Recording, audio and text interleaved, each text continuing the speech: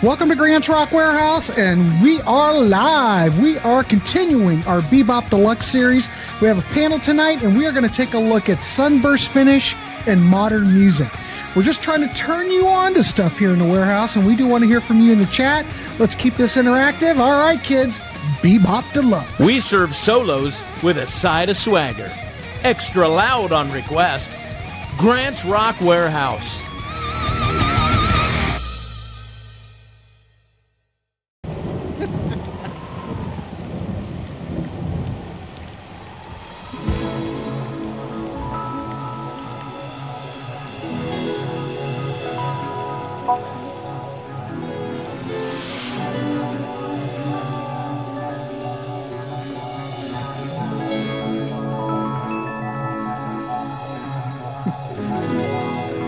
Oh, it's fantastic.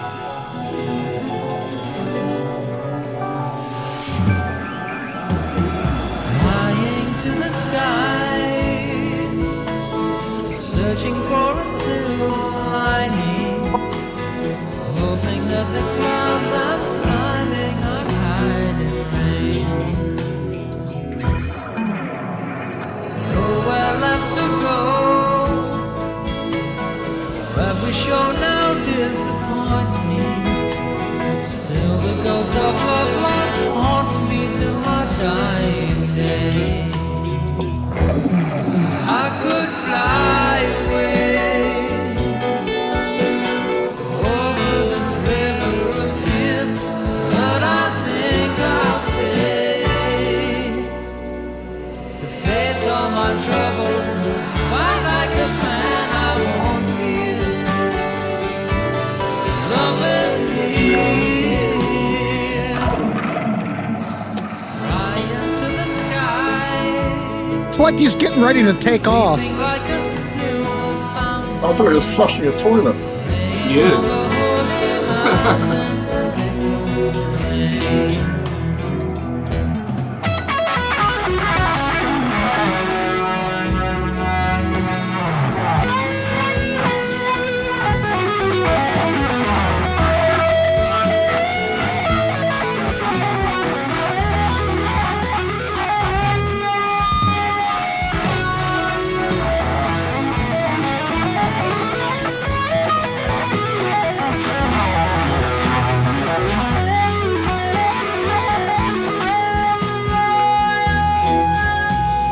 I could say goodbye, follow the sun and the moon, that would be a lie. My heart's in your hand, and I'm Yes! a band full of blues, just for you. Flying to the sky, searching for a silver lining, hoping that the clouds I'm climbing are hiding.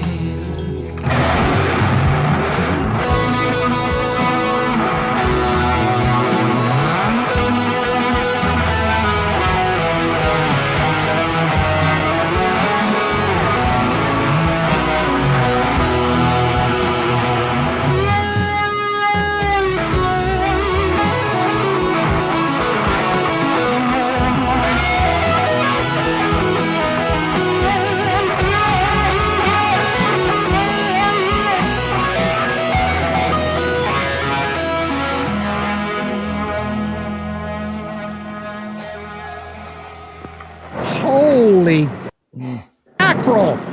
Oh my God. That if that is not fantastic, I don't know what is. Yeah, That tribute to guitar Jimmy. tone.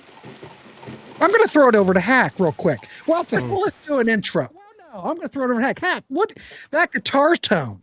Mm-hmm. Does that do it for you? I'm not a fan of Fuzz.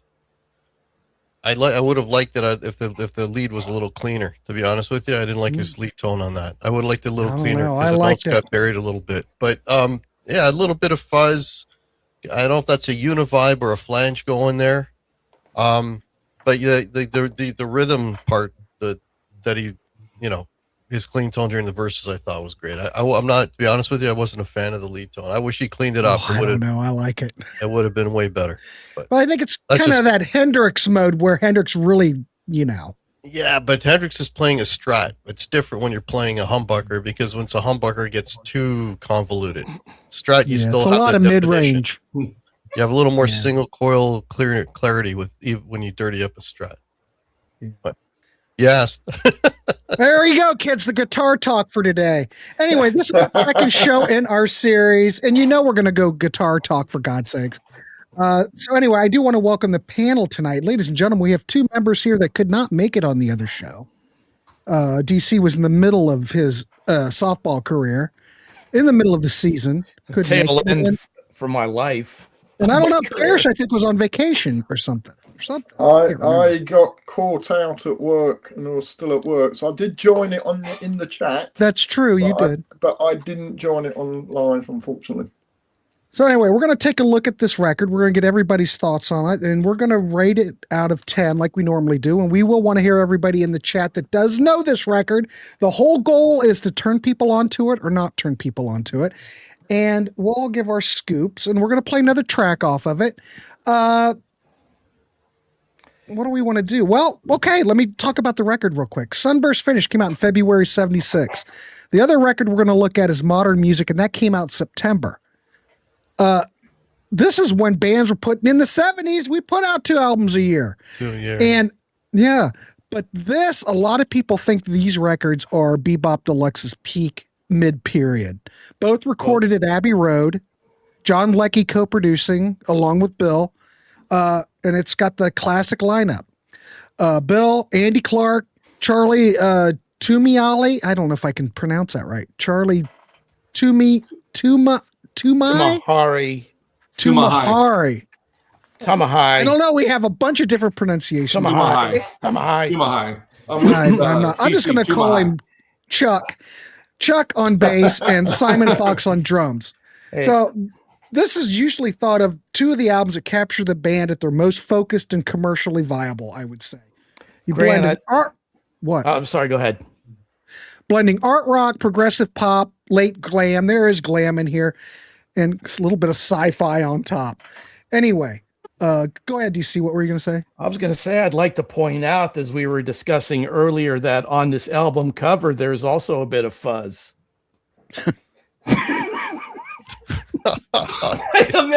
Wait a minute. You meant there's fire on the cover. There's fire on the cover, not fuzz. I don't see any fuzz. Sunburst. I'm looking. I can't see. Probably don't want to see it right now. The gal on the cover hits the right notes. I think Jim just said it. Hence the fuzz. Hence the fuzz. All right, I'm going to throw it over to Hack since we did start out with him. We'll go Hack. We'll go Dave. And then we'll go Parish. And then we will go to DC, get their thoughts. Give us what you think of this record and your rating out of 10. And then everybody in the chat, be thinking about what you're going to rate it if you are familiar with this record. All right. Okay. Go ahead, Hack. This one, a little bit of the guitar is a little more contained in the sense that he's not playing all over the place like on some of the earlier records where like it was like a non-stop guitar solo. So his guitar playing on this is a lot more focused and more song-centric, I notice, on this record, which is good. Again, the playing is, I mean, it's amazing playing. What I found with this record is it's a little bit front-loaded. It starts off really good, but the last 3 or 4 songs don't really, I don't know, they're not the best for me. Like Fair Exchange is a nice opener. Ships in the Night, which was I think their highest charting single they ever had. What you just played, Crying in the Sky, the Hendrix C song is good. Sleep That Burns is great. Yeah, I just find it's a little front loaded and then it kind of loses me at the end. So, but not a bad record by any means. I would probably give this one, I'll give it a 7.5. 7.5. Fair enough. Yes, Ken. It was Ken who came up with this, and it took me a while to get it all together, but it was worth it. And Ken, thank you for. Hey, this is how this whole damn show works. You guys spur the ideas, and if I'm feeling it, we'll go with it. If not, I don't know. Say screw that. Anyway, Ken, fantastic idea, and we will keep going. I'm gonna need more people. I don't know who I'm gonna get because I'm gonna keep going. Once we're through with Be-Bop, I think I'm just gonna keep going, like the Frank Zappa series. That's a bold statement. All right, so we got a 7.5 from Hack. We've also got a 10 and an 8. Ken White coming in with a 10. Go ahead. I'm going to throw it over. I'll keep taking scores. Dave, go ahead. Give us your thoughts on this record and your rating out of 10. All right. Well, this is like the Bill Nelson show. He wrote all this stuff on piano and demoed it. And when they went into the studio, what he wanted to do was recreate the demos that he made. And he wasn't really looking for input from the other musicians. Although there is some great bass playing and some other great musicianship besides just his guitar playing on this album. Once again, there's a lot going on. There's many parts and ideas jammed into 3 and 4 minute songs. Pretty much every song, when I took notes, I said, great guitar playing, excellent guitar playing, amazing guitar playing. It's just, he really just is some kind of master that people don't really talk about too much. I like how in Fair Exchange, it starts out, it's really upbeat, and all of a sudden it's got bongos and then a Chuck Berry riff.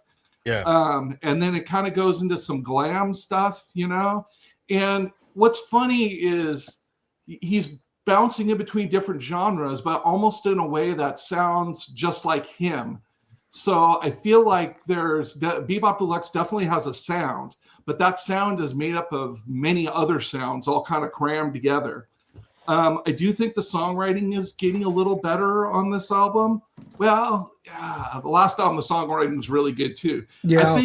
I think the second, third, and fourth albums they're all on par with one another, definitely. I actually really do like the second half. I really like Life in the Air Age. There's a nice Fender Rhodes on that one. There's some really good vocalizing that he tries on this album that I didn't really hear on some of the other albums with different backing vocals and stuff. Sometimes he gets into this thing that I'm going to call like Kokomo Land. I don't know what it is. It's like an island or pineapple kind of vibe or something like that. Absolutely. That starts coming to the fore, starting with this album all the way through. Yeah. Not a fan. In little pieces, it's good, but yeah, he'll start with like some kind of little samba thing going on. But yeah. Anyway, I like Crystal Gazing really good too, and Blazing Apostles I think is good. It rocks like Hendrix at times, and other times, it just rocks like Bill Nelson. And I think he's kind of found what he wants to do on this album. And I'm going to give it an 8 out of 10. 8 out of 10. Fantastic. All righty. Thank you, West Coast Dave. All right, ladies and gentlemen, what time is it? 16. Let's play another track, and then we'll throw it over to the Parish. And everybody, keep thinking of this. Keep thinking of your score. All right, here, we're going to play another track. Here we go.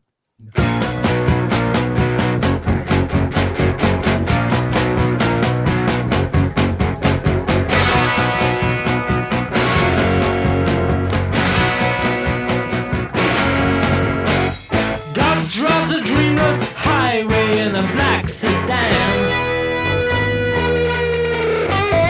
picking up survivors, preaching to the mortal man, blazing apostles, thieves in the night, messengers of the fall. If you are needing an angel of light, why don't you give them? It was all worked up.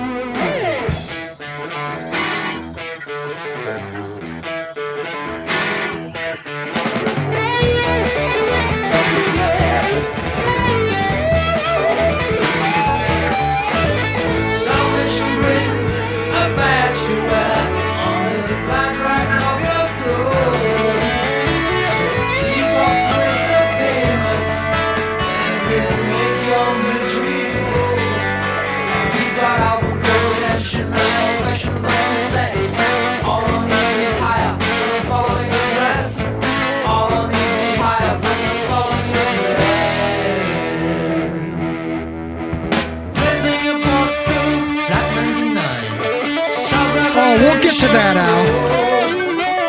City of lost souls, land of the blind. It's a wonderful place to go. A wonderful place to go.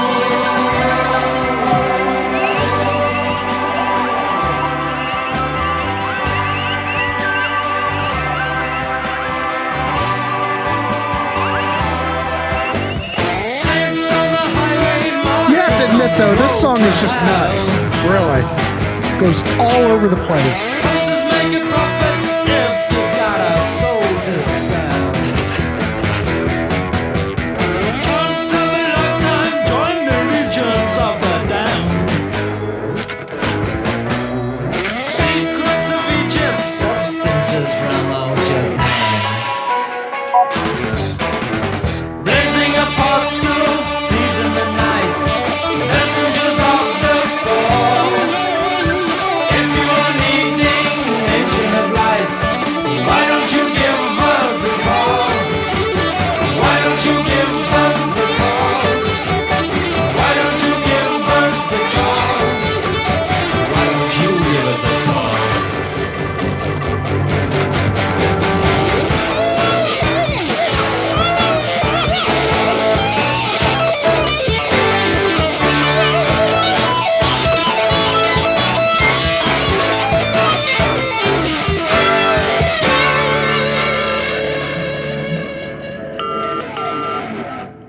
Good evening, Blaze and Apostles. Can I help you? Hello? Good evening, Blaze and Apostles. Can I help you? Hello. Hello? Good evening, Blaze and Apostles. Hello? Can I help you? Hello. Hello. Hello. Hello. Hello. She hung up on me. A track like that, it's like I'm gonna play this riff and I'm gonna throw it away. Then I'm gonna grab another riff, I'm gonna play it and throw it away. You know, and you'll never hear those riffs again. And that, for me, that drives me nuts because I'll hear a riff that I really like, and I'll that's the next groove, and it's and as soon as you start getting into it, boom, tosses that aside. Like that drives me nuts because there's some Doesn't killer matter. riffs in there. I Killer just riffs, don't know how he Slow can keep down. it and he all just tosses straight. them off. Anyway, It's got a lot of riffs. yeah, it's a potpourri of riffs. I think Guitar Hack and I are going to be polar opposites, so we should. That's good. We're on different levels. This is hitting me totally different. Well, Either you look at what's this as great. either you look at this track as a mess, interesting listen, or it's absolutely brilliant. This is So- a track when I try and turn somebody on to Be-Bop Deluxe. This is what I play, Blazing Apostles. Wow. There you I go. mean, for me, All right. it's just, oh well. I'll wait my turn. No, whatever. Go. All right, DC. No, you're we're going with Parish. No, all you right, go, Parish, DC. go. Go, Go ahead, Parish. Parish. Go, Okay. Parish. Go Parish. Well, I did. Obviously, I wasn't on last time, so I didn't get a chance to kind of talk about my introduction to Be-Bop Deluxe. So this is one of those bands that have been with me for pretty much all my life. So my elder brother was a huge Be-Bop Deluxe fan, and he got the albums as they came out, and I loved the album covers, so I would peep the albums off him and then listen to them. And the first thing I would say, back in 1970, listening to albums like this on headphones was brilliant. I mean, nowadays you don't kind of appreciate it the same way, I guess, because there's been so much done since. But at the time, this was just amazing on headphones. I love this album. It's my favourite Be-Bop Deluxe album. I think, I mean, it was interesting reading the chat because I kind of agree with everybody. There are aspects of Roxy music, particularly on the opening track. I think he sounds very much like Brian Ferry in the vocals. But yes, you can hear bits of Lou Reed in his vocals. You can hear bits of David Bowie in the vocals. But I think what sets them apart is that while he does sound like other people in his vocals, I don't think they particularly sound like anybody else in the actual style of music, the sound, and the way they combine things. I guess there were bands doing similar things. We did a show recently on ELO, and there was a bit of that in some of the early ELO stuff, I guess. And of course, early Queen, they would mix it up a bit between different styles, etc. But I don't think to the extent that they do on this. I mean, on this album, and in particular, I can hear a kind of a reggae rhythm appearing on quite a few songs. I don't normally like reggae particularly, but I do like the way it fits into this because it's kind of it's a little bit subdued. It's not in your face kind of thing, and I think it works. Favorite tracks: the opener, Fair Exchange, Ships in the Night, which was the single, is probably my favorite Be-Bop Deluxe song. I think that's great. The two songs we played, I think, is really good. That last one, Blazing Apostles, finishes off the album, and I think it finishes off the album really well. At least the original album. If you get the box sets, there's probably another 30 tracks afterwards, but on the original album, it finished it off. But I also like Life in an Air Age, which somebody mentioned earlier. And the reason I really like that is as much about the lyrics. It's got real sci-fi tone to it, and a kind of an imagining of what a future world might be like, which luckily we've never really got to. But I think that kind of world-scaping that he does in some of his songs is really cool. So, as I say, I really like this album. Favorite Be-Bop Deluxe, I'll give it a 9.5. 9.5, ladies and gentlemen, from the Parish of Rock. All right, fantastic. Let's throw it over to a DC Tune Time. Oh, where do I begin? I will agree with Parish in that every Be-Bop Deluxe album had outstanding graphics on the cover. It was really well thought through, and they were different but very cool within themselves. Now to the music. I'll just come right out and say right from the get-go, for me, this album is a stone cold 10. And I'm a little bit more generous in my rating of albums than I think a lot of people that are on these shows are. If I really like something, I just give it the 10. But this is an album like a Skylarking, for me, like a Skylarking or a Spilt Milk, or one of those albums that you only hear once every 10 years or so, that by the time I got to Crying to the Sky, I had that feeling in my gut. This is a stone cold classic for me. The lead on that, I hear it different than Hack. I never thought of it as anything but just incredible. How he holds the holding of notes as he's playing those leads is just manna from the skies musically for me. Every track on here I love. There is a slight dip. I know West Coast Dave mentioned he liked Crystal Gazing. That's the only tune out of the 10 on the album that I would rate a little lower. But, like I said, we all hear these things differently. I love the interplay between the guitar and the keys. It may have been Bill's telling what to play on keys, but the interplay between the two instruments is another great aspect to this album. There is some island rhythms and everything that come and go. And I'm like Parish. It doesn't bother me because it doesn't overwhelm the presentation of any of these songs. It's just the right amount to give it a little bit of flavor. That last tune, like I say, Blazing Apostles, when I want to turn somebody on to Be-Bop Deluxe, that's usually one of my go-to songs. And when I heard this album the first time, actually, when he plays that riff from Peter Gunn, I just laughed out loud. I thought it was so freaking clever. And then he comes back, and the last one is like this little Asian ditty that the way he mixed, and they're just like little lines here and there, but it didn't bother me. I just thought, man, how clever, and in the overall scheme of it, I loved it. So, like I said, right from the get-go, a 10. And since I wasn't here for the first two albums, both of those are 10s in my book as well. Although Axe Victim is almost a totally different animal, this band came into its own, I think, with Bill, eventually his vision for this band with Futurama, they arrived there. But these first three albums are all solid 10s in my book. But I'm a little bit more, I would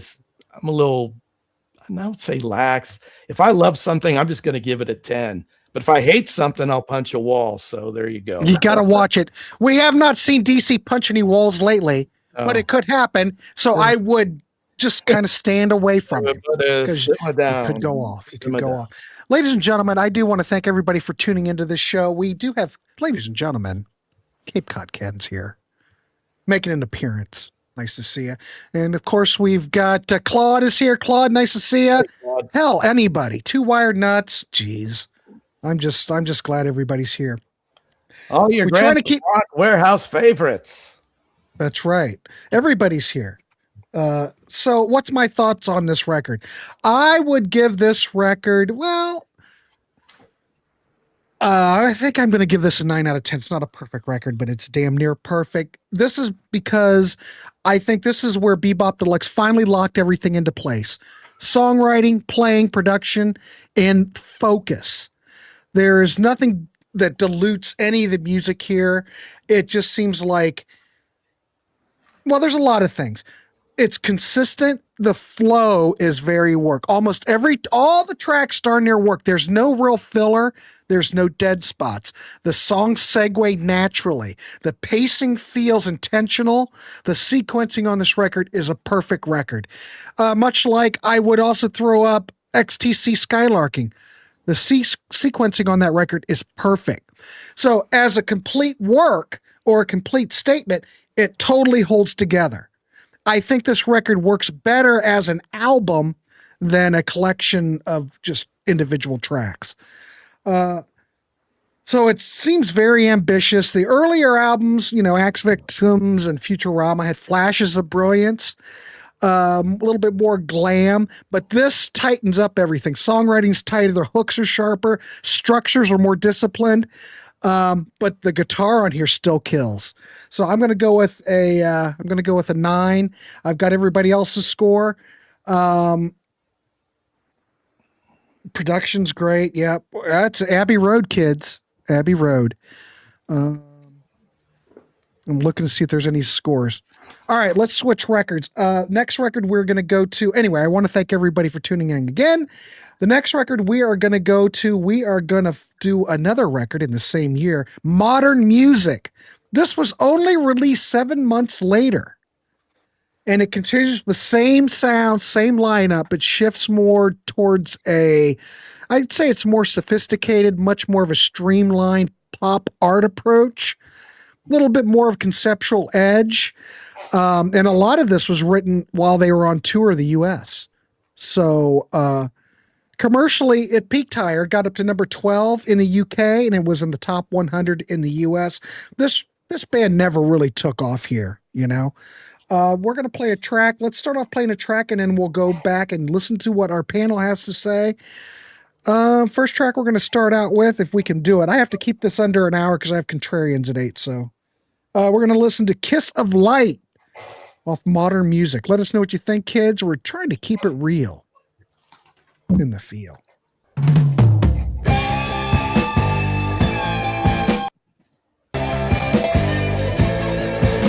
The woman of moon flew into my room last night.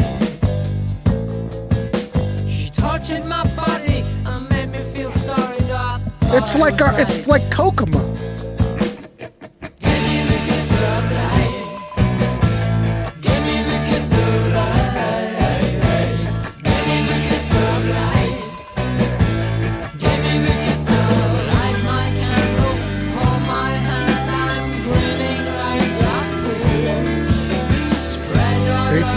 All right.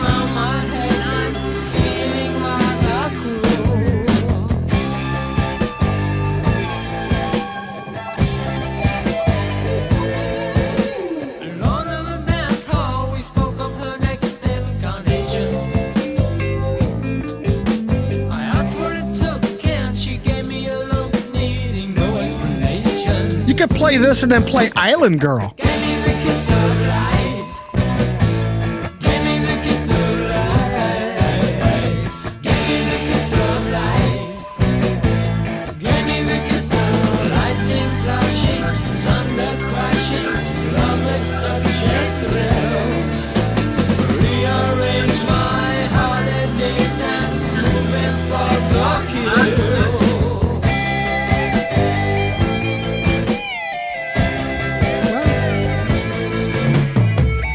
Parish is shaking his head, Jim.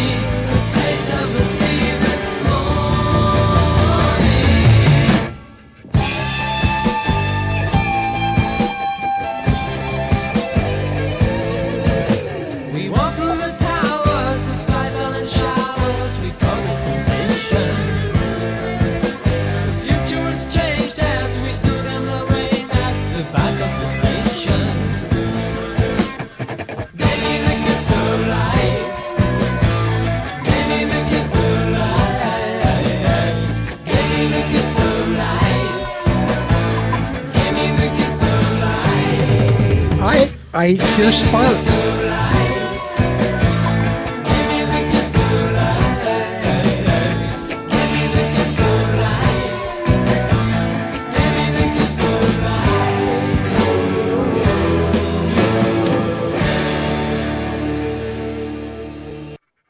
No, I like it though.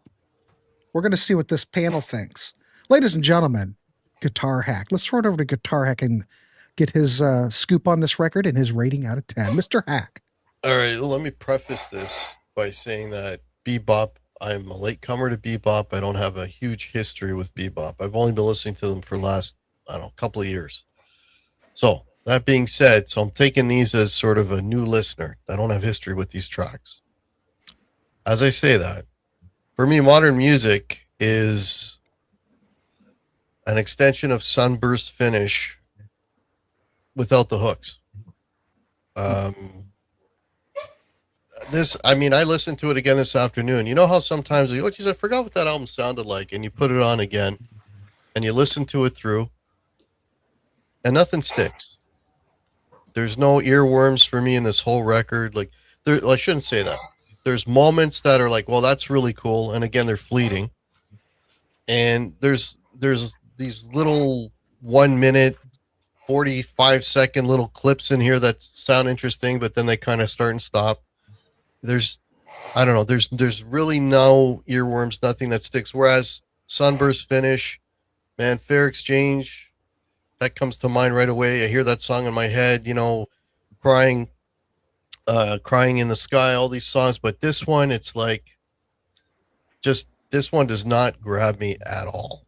Hate to say it, but it just does nothing for me. I mean, there's moments, but there's nothing that sticks. Yeah, I would say this is the least favorite of my the Be-Bop records, 100%. Right. As far as a rating, Bobo just fired you, Hack. Yeah, I know. Do you want me to just get rid of him, Bobo? Like, I got to get rid of him. I wish we were including Drastic Plastic in this show because I got a lot more to say about that one. But we're gonna do Drastic Plastic and the live album next. So. Oh, okay. Well, Drastic Plastic. The live album's got a lot of great guitar on it, kids. Drastic Plastic, I love. Just gonna leave it there. Okay. But yeah, so I don't know, 6.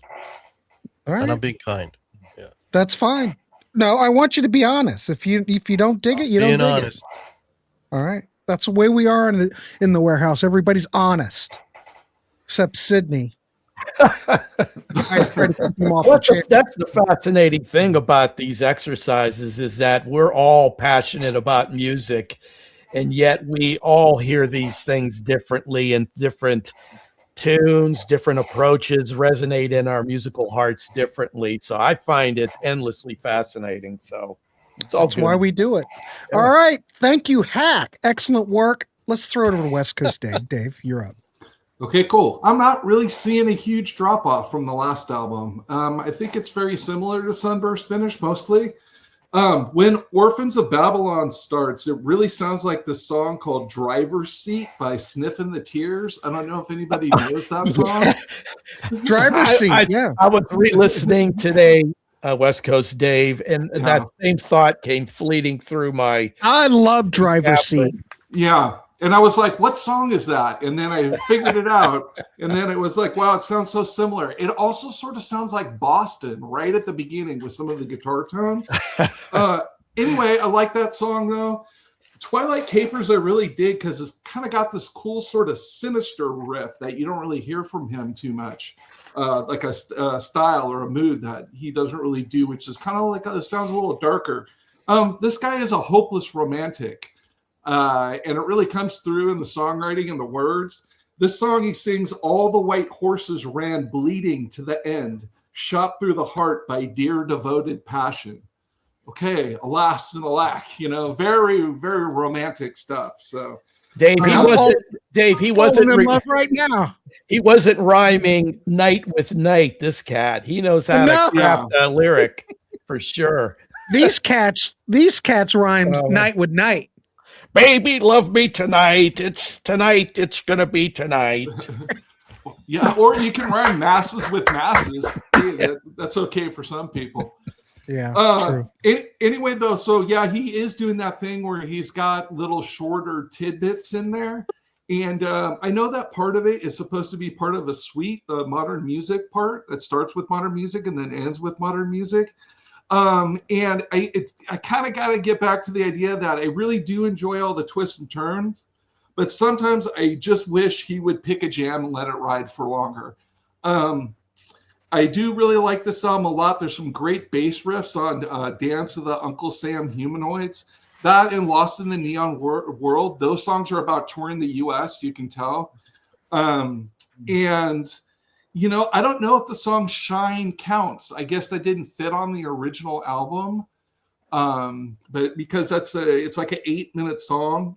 And I really like that song. It's more like Thin Lizzy mixed with Funkadelic or something. And that is a song that keeps pretty consistent in the jam the whole time that I really dig. But like I said, I don't know if Shine counts because it didn't fit on the album, but it came out at the same time.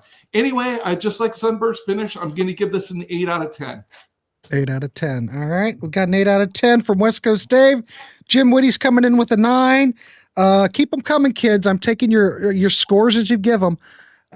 Bobo says Shine was a live favorite. All right. Bobo's echoing that live Shine was a showcase piece in their presentation. So great song. Kelly says you can get 3 CDs for $31. Well, okay. Fantastic. Mark A's coming in with an 8. All right. Got it. Let's throw it over, ladies and gentlemen, the Parish of Rock. Parish, what's your thoughts on this record? Well, it must be the first time that somebody's been told that they sound like either Brian Ferry or Lou Reed or the guy from the Bay City Rollers or Les McEwen from the Bay or City Les, Rollers. yeah. So I'm going to have to listen to see who else he sounds like. Maybe there's a few others in there. Maybe there's a bit of Johnny Rotten in there in one of the albums. Who knows? Or Vic Damone. Yeah, exactly. I hear a lot of Vic Damone. Oh, yes. Oh, yeah. Oh, yeah. What we don't hear very much is actually Bill Nelson. But anyway, I hear everybody else. I'm a bit like Hack in that I agree. I don't think this is as commercial as the last album. I don't think the songs are as catchy. I think this is more experimental. I do think it stood the test of time pretty well, though. I like the album, and I think it's also a bit ahead of its time because I think there's elements of new wave on the album, and in '76 you're probably a couple of years ahead of new wave, really. So yeah, but there's a bit of that in there. It may be coincidence, but I always felt that last section of modern music through to modern music reprise kind of reminded me of Abbey Road and what the Beatles do on that. And on the basis that it was recorded at Abbey Road, you just wonder whether there was a bit of an influence going on there between it. I'm not saying it's as good as Abbey Road, by the way, but it definitely has a feel like that to me with the way that it keeps changing and you got the couple of minute songs and a minute and a half, etc. So I do like it, but I do think it's a drop off a bit from the previous 3, which I really like. I'll keep me powder dry on what I think of the last one. No spoilers from me for the next show. So I'm going to give this an 8. I still think it's a good album. I just don't think it's quite up to the standard of the others. But I would say I absolutely love the album cover. I think modern music, they're sat there looking pretty cool with his watch. And how about the skeleton guitar is the image on his watch from the first album? Yeah, it's like he had an Apple Watch before anybody even thought of Apple Watches. So how modern and futuristic was that? So yeah, I love the album cover as I do with all of them. But as an album, I think it's a good album. I just think it drops off slightly from the previous 3. All right. Well, we still have enough time to play another track, so and then we're going to wrap this dog up. I'll give my scores. We're going to unveil what everyone thinks. So let's play Bring Back the Spark. Ladies and gentlemen, I appreciate everybody tuning in to this series. It's fantastic. This has been a series that Ken White sparked. If it wouldn't be for Ken, we wouldn't be here. So here we go, kids. I've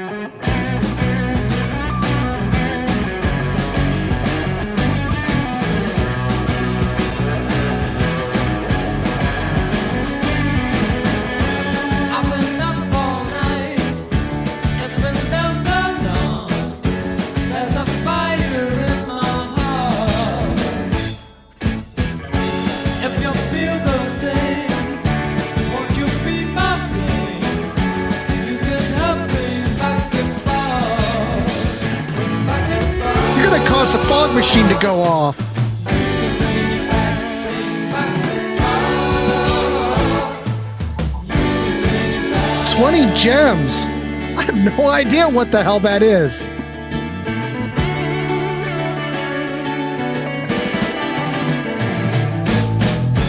You've been killing time. It's a crime to blind.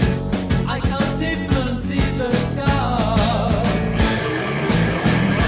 If you get away, you can save my day. You can help bring back this far. Back this far. You bring back this far. You can bring it back. Thank you, Brian. There's a star in the sky in the morning. I keep thinking it's some kind of sign. They say the end of the world is near. They say no one will survive, but have no fear, it's not this year.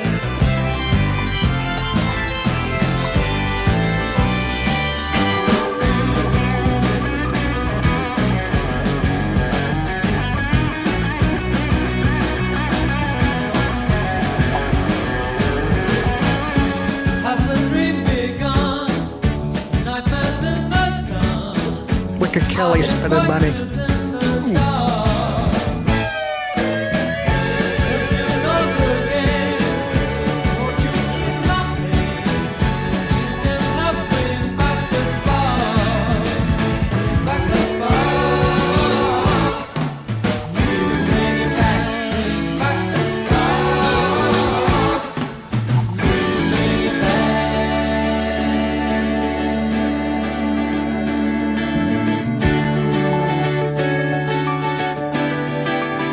It sounds like Peter Frampton.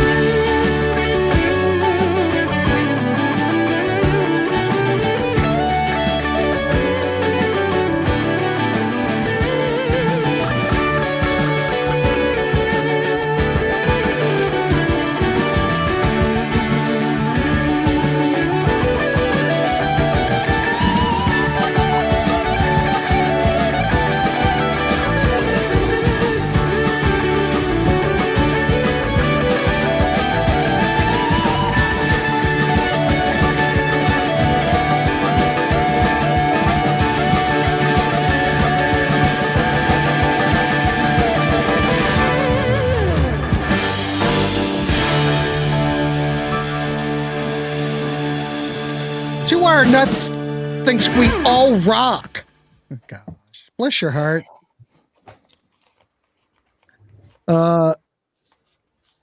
Doc's coming in with a 9. Okay, got it. What's my thoughts on this record? Notes. Well- I'm gonna. What? You want me to wrap? I could go real quick. I didn't go yet. Oh, you didn't go. Oh, No. sorry. Oh, shit. We're probably putting the.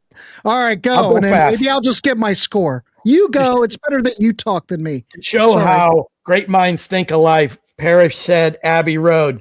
I said Dancing in the Moonlight. This begins the side 2 suite, much like side 2 of Abbey Road. Short little ditties strung together, fun, catchy, little diverse bits. Then West Coast Dave comes in hot with Forbidden Lovers. And I said the beginning always makes me think of an inverted We're an American Band. So we're on the same wavelength with a lot of this stuff. My favorite song on this album, and I think this is a little bit of a drop off for me as far as my Be-Bop Deluxe love, is Dance of the Uncle Sam Humanoids. just a little instrumental, but man, it sounds like a game show theme from outer space. I love it. Dude, Interstellar game show theme What song. the? I swear to God. Oh my God. Maybe these two should get a room. Chaos, bingo. Real quick. I got a full card. In The theme for the new Love Boat. I put that too. ratings, Modern Music gets dropped 1 point to 9. Not quite on par as the first 3 that are all-time favorites. What will Drastic Plastic bring? Oh, Okay, we will I'm see.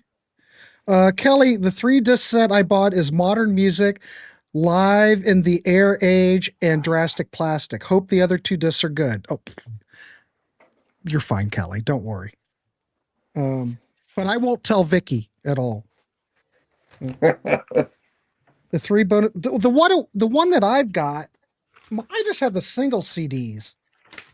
This is from, what year are these from? 1990. The disc looks like this. It's got bonus tracks.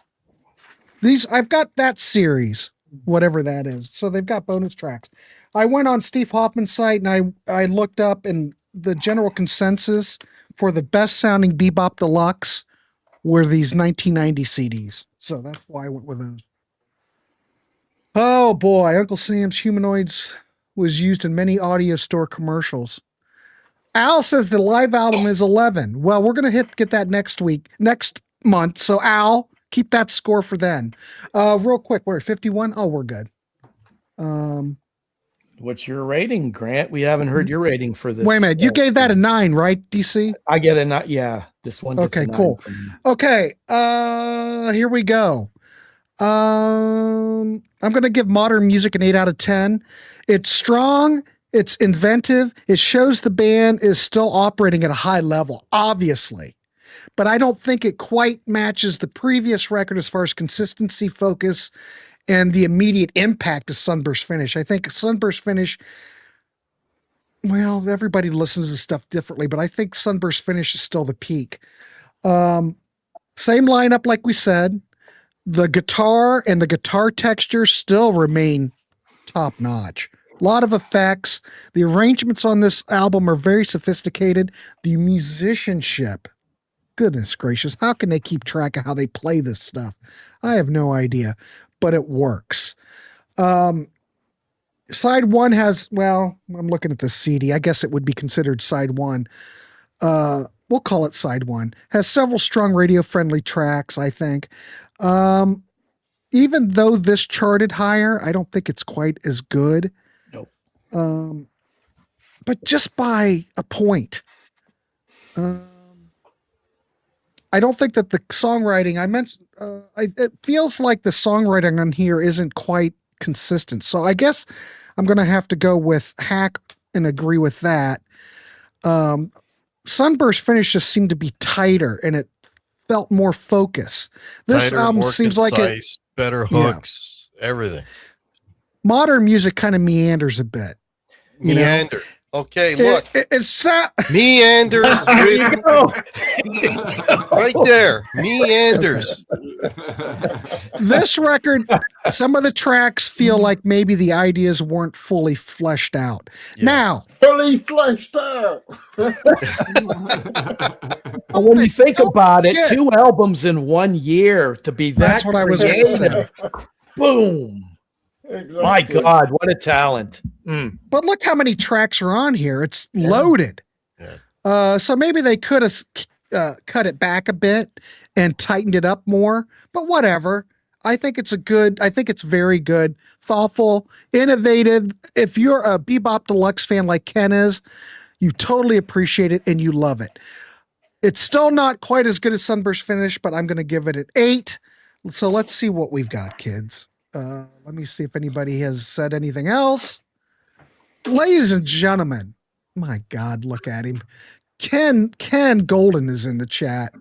We always try to keep Ken Golden out of here, but we'll let him in today. Great band I never got to see live. The last time they played in NYC, I had to go to my cousin's bar mitzvah. Did get to see Bill Nelson solo. Well, Ken, you should have not went to the bar mitzvah.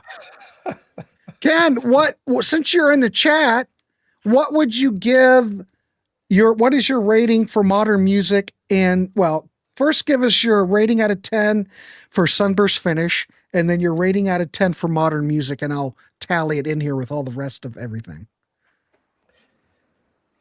Okay, Bobo says EMI put pressure on the band. Uh-oh. It's Laser CD. Look up Laser CD, Kelly. Ken's experience with Be-Bop Deluxe is similar to mine with Grand Funk Railroad deciding to go to my prom instead of going to see them in concert. Sometimes you never get that chance again. Oh, listen, you would never get the chance to go to the prom again. This was my thinking. I said, "Oh, Grand Funk will be back again." Nah, and they never came back. Never did. No. Ken White says, Ken, I was fortunate to see Be-Bop Deluxe twice in the 7. Of course, you saw them twice. You've seen everybody, Ken White. You're welcome, And Kelly. the other Ken with a 9 for Starburst and 7 for modern music. So I think everybody holds true in how we rate those two albums. The hierarchy. 7. Consensus. Well, you know what? Hey, Ken, we're going to we're doing another episode next month. If you want to come on and give your spiel about the live record, what's the next one after that? Oh, Drastic Plastic, my brain. We're going to, if you're more than welcome, if you want to get in on that, we'd like to hear your thoughts. There's room for you. We can make it work. Getting some traction, of course. The Warehaus has a lot of traction. No, I shouldn't say that. Anyway, what do we have? General consensus. Let's calculate. God, I hope we get an 8.9 out of Sunburst Finish. And we are getting, let's see what we got. And we're coming up with pretty similar. We got an 8.5 for modern music. Very popular in the Warehaus. Yes. Very popular. So we've got an 8.5 and an 8.7. That's not much difference. No, it's tight. Even though we had Hack destroy the record, it didn't bring it that far down. I'm just joking. Hell, Ken White only gave it a 7. I mean, not Ken White. I say Ken White so much that I cannot say Ken Golden. Anyway, well, what I probably do, all right, everybody saw this live. I'm probably not going to keep this up. I'm going to edit out the mistakes that I made. Throw it back up. You think I should leave it? People are going to go, what the hell? Leave it. That's cool. I'll probably lose people. Well, I'll leave it. Who cares? If that first band that you featured was to name the next Be-Bop Deluxe album, they would have just called it Drastic. I'll leave it, and then tomorrow I can hack off the front. Well, I think you should leave it because we've had a real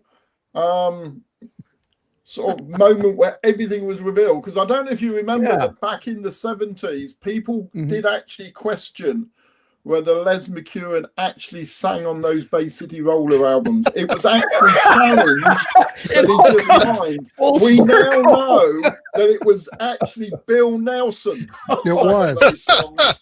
And it was not, but obviously he didn't look the part. He wasn't going to wear the tartan trousers. So they did. I mean, you can see him there. There's no way Bill was wearing tartan trousers. He's too sophisticated. Look at he's that. wearing tartan trousers under that suit. To one side and push forward Les McEwen to actually front it. But that's the reveal on this show. And now you know the rest of the story. Who it was who actually sang on those Bay City Roller songs.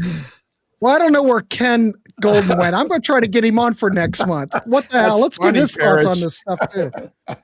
All right, kids, I got the contrarians. Everybody have a good evening. Keep it clean, wrap the rascal, and buckle up. We will see you. I would give these guys a moment to give a shout out, but we don't have time. Anyway, we will see you later. I know I'm terrible. Well, I ran out of time. All right, see everybody. Take care. Appreciate it. Are you going to fix fried chicken, Mommy? Can I help? don't fry chicken anymore. But you can help me with the shake and bake. Now you shake. Now we bake. Great fried chicken. Nice and crisp, moist and tender. It's not fried. It's not? It's shake and bake, and I'll help. Shake and bake. 3 flavors for chicken, 1 for fish.